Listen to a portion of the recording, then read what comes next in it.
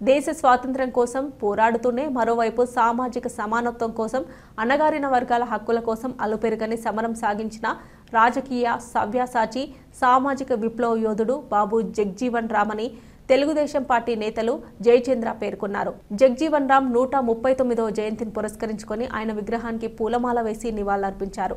అనంతరం ఆయన మాట్లాడుతూ జాతి జనులను విద్యావంతులుగా ఆత్మాభిమానం కలవారిగా చేయాలన్నదే తమ లక్ష్యమన్నారు.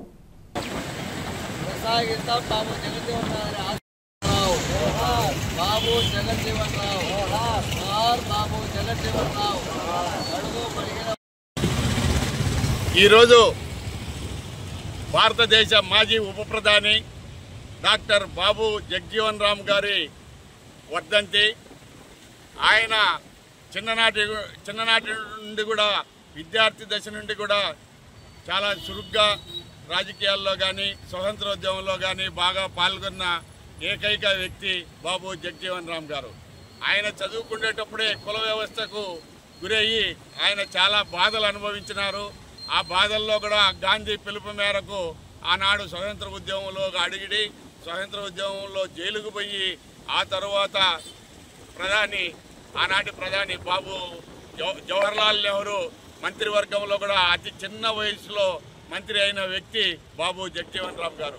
బాబు జగ్జీవన్ రామ్ గారు అన్ని శాఖలు మొట్టమొదటిగా కార్మిక శాఖ అతి శక్తివంతంగా నిర్వహించి బోనస్ విధానాన్ని ప్రవేశపెట్టింది బాబు జగ్జీవన్ రామ్ గారే. ఆ తర్వాత రైల్వే శాఖను అన్ని రాష్ట్రాలకు కూడా రైల్వే శాఖను విస్తరింపజేసి రైల్వే శాఖను కూడా ఆయన సమర్థవంతంగా ఆ శాఖ నిర్వహించారు.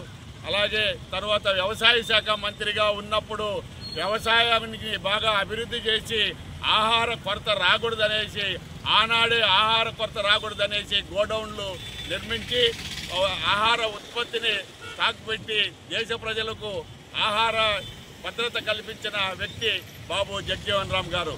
చివరి వరకు కూడా అన్ని శాఖలు నిర్వహించి రక్షణ శాఖ నిర్వహిస్తూ ఆయన పాకిస్తాన్కు ఇండియాకు యుద్ధం జరిగినప్పుడు ఆనాడు బంగ్లాదేశ్ తూర్పు పాకిస్తాన్గా ఉన్నది.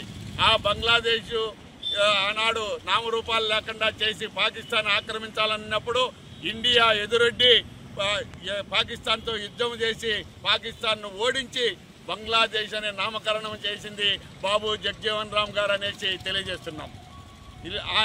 ఆయన ఇన్ని శాఖలు ఇంత గొప్పతనంగా ఉన్న వ్యక్తిని ఉప ప్రధానిగా ఉన్నా కూడా ప్రధానమంత్రి అవుతాడనేసి 272 మంది ఎంపీలను తనకు బలం నిరూపించడానికి చేస్తే ఆనాడు కూడా కుల వ్యవస్థకు గురయ్యి ఆనాడు కావాల్సిన ప్రధానమంత్రిని రాత్రి ఆనాడు ఉన్న అగ్రకుల నాయకుడైన నీలం సంజీవ్ రెడ్డి గారు లోక్సభను రద్దు చేసి బాబు జగ్జీవన్ రామ్ గారు ఒక దళితుడు ప్రధానమంత్రి అవడం అనేసి అడ్డుకున్న ఆయన ఆ రోజు ప్రధానమంత్రి కాలేకపోయినారు. అలాంటి మహానుభావుడిని ఈరోజు మేము స్మరించుకోవడము మా ఇదిగా భావిస్తున్నాము.